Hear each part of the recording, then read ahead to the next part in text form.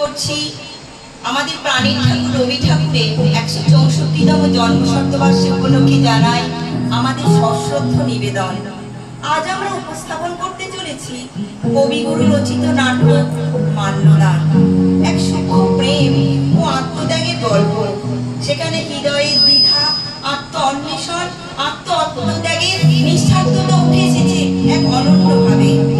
এই নাটকের প্রতিটি চরিত্র ও সংলাপে কবিগুরুর গভীর জীবন দর্শনের ছোঁয়া রয়েছে। আমরা চেষ্টা করেছি সেই সৌন্দর্য অনুভবকে তুলে ধরতে। শুরু করছি আমাদের স্মৃতি নাটক মাল্যদান। বিভিন্ন চরিত্রে রূপদান করেছেন পটলের চরিত্রে আমি মিঠু, ভরত কুমারের চরিত্রে আমি সৌমিত্র ঘোষ, জ্যোতির চরিত্রে আমি শ্যামল। নমস্কার, আমি কুরানির চরিত্রে সুবর্ণা দাস। শুরু করছি মাল্যদান। কি কুরানি, আজ কেমন আছিস? ভালো আছি মা। আবার আমাকে মা বলেছিস? একদিন বলেছি না আমাকে মা ডাকবে না, দিদি বলে ডাকবে? ভুল হয়ে গেছে দিদি, আমার তো মা নেই, তাই তোমাকেই মা ডাকতে ইচ্ছে করে। ইচ্ছে হলেই বলো। তোর বয়স কিছু না 16 বছর তো হবেই। এত বড় মেয়ে হয়ে যদি মা ডাকিস, নিজেকে বুড়ি বলে মনে হয় না? আর কোনোদিন হবে না, দেখে নিও। একটু বসো না দিদি, তোমার কোলে একটু মাথা রেখে শুই। আমার এখন বসলে চলবে? সংসারে কত কাজ পড়ে রয়েছে। কাল সকালে আবার আমার ভাই আসবে, দেখবি কি সুন্দর ছেলে, আর নামটাও তার ভারী মিষ্টি, যতীন। তোমার দূর সম্পর্কের ভাই বুঝি? দূর বোকা, সম্পর্ক কখনো দূরের হয়, খুবই কাছের। কি হলো পুরানি, তুই অমন করছিস কেন? পেটের এই জায়গায় এমন ব্যথা পড়ে ওঠে। তুই জানিস পুরানি, আমার ভাই যতীন না মস্ত ডাক্তার কাজ করেছে। ভাবছি কাল এলে তোকে একবার ভালো করে দেখে দিতে বলবো। যতীন, এই নির্জন দুপুরে বারান্দায় বসে বসে কার কথা ভাবছো? পূর্বজন্মের কার কথা বুঝি? কেন পটল, আমি কি এমনই হতভাগ্য যে ভাবতে গেলে পূর্বজন্মের রেস্ট আনতে হবে? আর মিথ্যে বড়াই করতে হবে না। তোমার ইহজন্মের সব খবরই রাখি মশাই। ছি ছি ছি ছি, এত বয়স হলো তবু একটা বউ ঘরে আনতে পারলে না? আমাদের ওই যে ধনা মালিকা আছে, সেও দুবেলা বউয়ের সাথে ঝগড়া করে পাড়া শুদ্ধ লক্ষ্যে জানিয়ে দেয় তারও একটা বউ আছে বটে। আর তুমি মাটির দিকে তাকিয়ে এমন ভান করছো যেন কার চাঁদ বানানোর ধ্যান করতে বসেছো। এই সমস্ত লোক দেখানো ভরম আমার ভালো লাগে না, গা জ্বালা করে। একটা 7 জন্ম বউ আনতে পারলে না? হাসপাতালে শুধু মরা কেটে আর পড়া মুখস্থ করে জীবনটা পার করে দিলে। তা তুমি ওরকম আকাশের দিকে তাকিয়ে গদগদ করে চাকিয়ে থাকো কেন? এই সমস্ত চালাকি আমার ভালো লাগে না, আমার গা জ্বালা করে। থাক থাক, আমাকে আর লজ্জা দিও না। তোমাদের ধনাই ধন, এবার থেকে ওর আদর্শেই আমি চলার চেষ্টা করব। আর কথা নয়, কাল সকালে উঠে যে কাঠকুরানি মেয়ের মুখ আমি দেখবো তার গলাতেই মারা। ধিক্কার, যেন আমার সহ্য হচ্ছে। তবে এই কথাই রইলো। হ্যাঁ রইল। তবে এসো। কোথায় যাবো? আরে বাবা এসোই না। না না পটল, তোমার মাথায় নিশ্চয়ই কোনো দুষ্টু বুদ্ধি এসেছে। এখান থেকে আমি আর একদমই নড়ছি না। আচ্ছা আচ্ছা, তবে তুমি এখানেই বসো, আমি এখনই আসছি। ওরে ও পুরানি, কি দিদি? আমার এই ভাইটা কেমন দেখ দেখি। ভালো, হ্যাঁ ভালো। কেমন ভালো দেখতে না? পটল, তুমি কি ছেলে মানুষই করছো? আমি ছেলে মানুষই করছি? তোমাকে আর দয়া করে বুড়ো মানুষই করতে হবে না। যত সব, আমি চললাম। ও যদি তুমি পালিও না, পালিও না, তোমার কোনো ভয় নেই। এই ফাগুন চৈত্রে কোনো লগ্ন নাই, তোমার হাতে এখন অনেক সময় আছে। তোমার ভাই রেগে গেল? মুখপুরি, তুই বুঝি কিচ্ছু বুঝিস না? কিচ্ছু না? কেমন আছেন ভরত কুমার বাবু? আরে এই যে যতীন, কখন এলে? আমি ভালোই আছি, তা তুমি কেমন আছো? আমি 11 নাগাদ এসেছি, ভালোই আছি। তবে সে পর্যন্ত পটল যা শুরু করেছে। পটলকে তো তুমি চেনো, ও তো তোমার জ্যাঠতুতো দিদি। আর ও তো সারাক্ষণ এই হাসি ঠাট্টা করেই কাটায়। ওর শাশুড়ির কাছে কোনোদিন গম্ভীর হয়ে থাকতেই পারেনি। বিয়ের পর প্রথম এই নিয়ে অনেক কথা হয়েছিল জানো। তারপর ওর এই ওয়েতে সবাই ওর গাম্ভীর্য মেনে নিল। তারপর এমন হলো যে তার ওর ঠাট্টার খেলায় সব গোমরামুখ গুরুজনদের গাম্ভীর্য ধূলিসাৎ হয়ে গেল। সেটা ঠিক। পটল ওর আশেপাশে সবাইকে খুব হাসি খুশি দেখতে চায়। এই যে পটল, তোমার প্রশংসাই হচ্ছিল এতক্ষণ। থাক থাক, আমার আর প্রশংসা করতে হবে না, খালি পটল আর পটল। আমি যে বয়সে বড় সেটা তুমি ভুলে গেলে। দিদি বলে ডাকতে কি হয়? বড়? তুমি আমার থেকে বড়? কোথায় বড়? তুমি তো আমার সমবয়সী, মাত্র একদিনের। একদিনের বড় হলো বড় তো বড়ই, আমার 5টা নয় 10টা নয় একমাত্র ভাই। তার থেকেও কি আমার পটল নামটা খুঁজলো না? যাই যাই করে নিয়ে আসি। তারপর হরকুমার বাবু, এখন এখানেই থাকা হবে তো, নাকি আবার বিহারে ফিরতে হবে? না না, এখন কলকাতাতেই পোস্টিং হয়েছে। ওই আফগানি বিভাগে ডেপুটি ম্যাজিস্ট্রেটের পোস্টে কাজ করি। বুঝতেই তো পারছো, যে কোনো সময় বদলি হতে পারে। আর ভেবেছিলাম কলকাতায় একটা বাড়ি নেব, কিন্তু কলকাতাতে যা প্লেগ হচ্ছে, তো এই এখানেই আমি একটা বাড়িতেই বাগান বাড়ি ভাড়া নিলাম। হ্যাঁ, সেটা ঠিক। কলকাতায় প্লেগ এখন খুব মহামারী রূপে দেখা দিয়েছে। যাই হোক, তুমি যখন এসেছো ভালোই হয়েছে। তোমাকে একটু ডাক্তারি করতে হবে জানো। পশ্চিমে থাকতে দুর্ভিক্ষের সময় আমরা একটা মেয়েকে কুড়িয়ে নিয়ে এসেছি। তো পটলোকে মানুষ করেছে, আর পটলোকে কুড়ানি বলে ডাকে। বিয়ে পেয়েছে বলে ওর নাম কুড়ানি নেমেছে নাকি? হ্যাঁ, হয়েছে কি, ওর বাবা মা আর আমাদের বাড়ির পাশে বাংলোর পাশে একটা গাছতলায় পড়েছিল। খবর পেয়ে গিয়ে দেখি ওর বাবা মা দুজনেই মারা গেছে। মেয়েটা প্রাণটুকু আশা মাত্র। পটলোকে অনেক যত্নে মানুষ করেছে, তবে ওর জাতের কথা আমরা কেউ জানি না। জাত আবার কি? ও তো দ্বিজ, একবার মরে আবার আমাদের ঘরে জন্মেছে। কবেই ও সাবেক জাত খুঁজে গেছে। এ কথার পর কোনো যুক্তি খাটে না।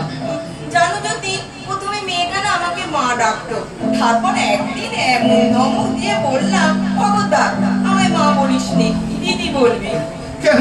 মা বললে ক্ষতি কি? এত বড় মেয়ে মা বললে নিজেকে বুড়ি বলে মনে হয় যে। ও, ভালোই বলেছো। যাই হোক যতীন, দুর্ভিক্ষের কারণে বা অন্য কোনো কারণে ওর পেটে একটা শুল বেদনা হচ্ছে। ব্যাপারটা আমার ঠিক ভালো লাগছে না জানো। তোমাকে একটু ডাক্তারি করে দেখতে হবে। পটল, একবার পুরানিকে ডেকে আনো তো। এই তো পুরানি এসেই পড়েছে। এই পুরানি, এদিকে শোন। ডাকছেন না দিদি? না ও যদি, এবার পরীক্ষা করে বলো দেখি ওর কি হয়েছে। পটল, তুমি আবার শুরু করলে? যতীন, বৃথা সংকট করছো। ওকে দেখতে মস্ত ডাগর, কিন্তু কচি ডাবের মতো ভেতরে জল ছলছল করছে। তুমি ওকে নারী ভেবে ভুল করো না। ও হচ্ছে বোনের হরিণী। কোনখানে ব্যথা হয় কুড়ানি? এইখানটায়?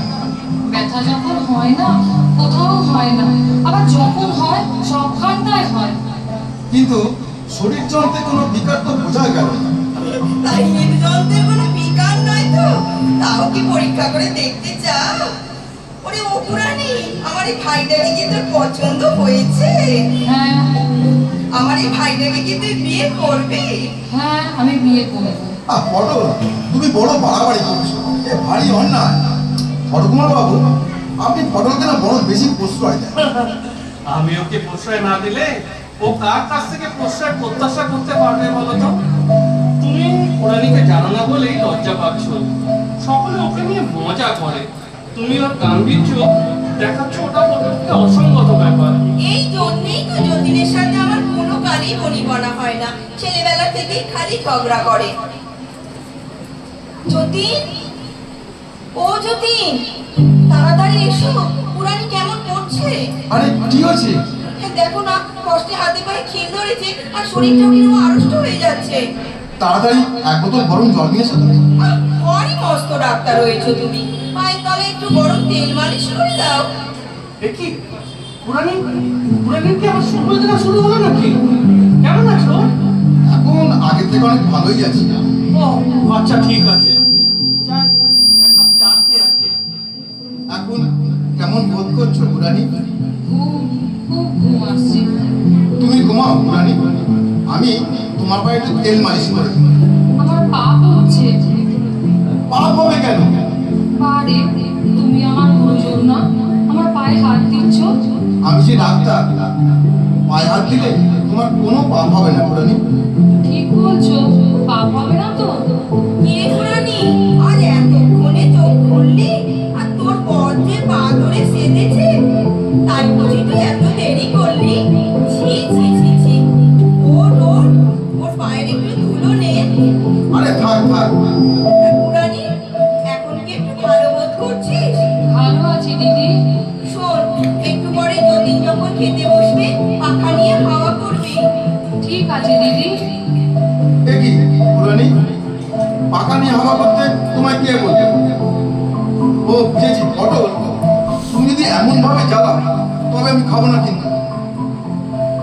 না না, আপনি খেয়ে নিন, আমি চলে যাচ্ছি, আর কোনোদিন হাওয়া করবো না। কিরে, চলে এলি?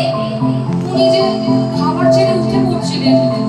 উঠে পড়লে হলো, আমি আছি কি করতে?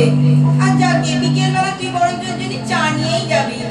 কিন্তু উনি যদি আবার রাগ করেন? না না, রাগ করবে না।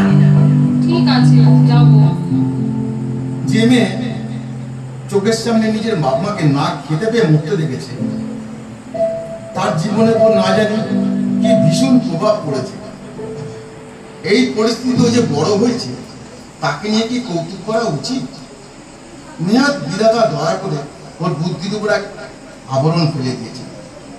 ও কি কে ওখানে? দাদা বাবু, আপনার চা। ও রানী, দাও। কি যদি কেমন ধরা পড়েছো? আচ্ছা, বকুল ফুলের গন্ধ আসছে কোথা থেকে? দেখি রানী বকুল ফুলের মালা হাতে নিয়ে ঘরে ঢুকছে। আর নয়, পটলের নিষ্ঠুর আমলকে প্রশ্ন দেওয়া একদমই ঠিক নয়। দেখি রানী, তুমি? দিদি বলল। ছি ছি রানী, তোমাকে নিয়ে তোমার দিদি যে রসিকতা করছে, তুমি কি একদম বুঝতে পারছো না? ও না, মানে আচ্ছা, আমি চলে যাচ্ছি। না রানী, তুমি যেও না, একটু দাঁড়াও। কই দেখি তোমার এই হাতের মালাটা। কেমন হাতে নাতে ধরা পড়েছো তো? ওহ, এখানে আর থাকা যাবে না দেখছি। যতীন, ও যতীন, যতীনের বিছানায় এই চিঠিটা কার? কিন্তু যতীনের হাতে লেখা, দেখি। পালাইলাম, সে যতীন। ওরে অপুরানী, তোর বর যে পালিয়ে গেল, তুই তাকে ধরে রাখতে পারলি না? কি হয়েছে দিদি, কাঁদছো কেন? যতীন চলে গেছে। দিদি কাঁদতে কাঁদতে চলে গেল? চলে গেছে? ওই তো খালি ঘরে আমার দেওয়া মালাটা পড়ে আছে, আমার সব কিছু শূন্য হয়ে গেল। আমাকে নাও, ওগো, আমাকে নাও। ও কি হচ্ছে গোরানি? ওরে ও মুখপুরি, তুই যে সর্বনাশ করেছিস, তুই যে মরেছিস। কি হচ্ছে পটল? যতীন চলে যাওয়ার পর ঘর থেকে কান্না শুনে দেখি পুরানি যতীনের বিছানার পাশে বসে কাঁদছে, আর শূন্য শয্যাটাকে যেন পায়ে ধরে সাজছে। ওর বুকের ভেতর যে একটা সুধার পাত্র লুকিয়ে ছিল, সেইটা যেন শূন্যতার চরণে বৃথা আশ্বাসে উপর করে ফেলে দিচ্ছে। সে কি? হে কি বিপদ ঘটলো বলো? তুমি আমাকে কেন বারণ করলে না? তোমাকে বারণ করা কি আমার কোনোদিনের অভ্যেস ছিল? আর বারণ করলে কি তুমি তা শুনতে? তুমি কেমন স্বামী গো? আমি যদি ভুল করি তুমি জোর করে থামাতে পারলে না? তুমি এখানে কেন খেলতে দিলে? নিজের চোখে মেয়েটাকে একবার দেখো। ওরে ও পুরানি, তোর কি কিছু বলার আছে আমায় বল? পুরাণীর এমন কি ভাষা আছে হৃদয়ের কথা বলতে পারবে? সে এক অবর্চনীয় বেদনা, ও বুক চেপে পড়ে আছে। পুরানি, তোর দিদি যে খুব খারাপ, কিন্তু তার কথা যে তুই এমন ভাবে বিশ্বাস করবি তাই সে বুঝতে পারেনি বল। তার কথা যে কেউ কখনো বিশ্বাস করে না। এ ভুল কেন তুই করলি? তুই একবার তাকা, তাকে তুই একবার মাফ কর। কি গো, পুরানির কি কিছু খোঁজ পেলে? না, পুলিশে খবর দিয়ে এলাম। আর এই প্লেগ মহামারীর মধ্যে কাউকে খুঁজে পাওয়া কি সম্ভব? আমি কোনো কথা শুনবো না, তুমি যেভাবেই হোক খুঁজে নিয়ে এসো। সারা বাড়ি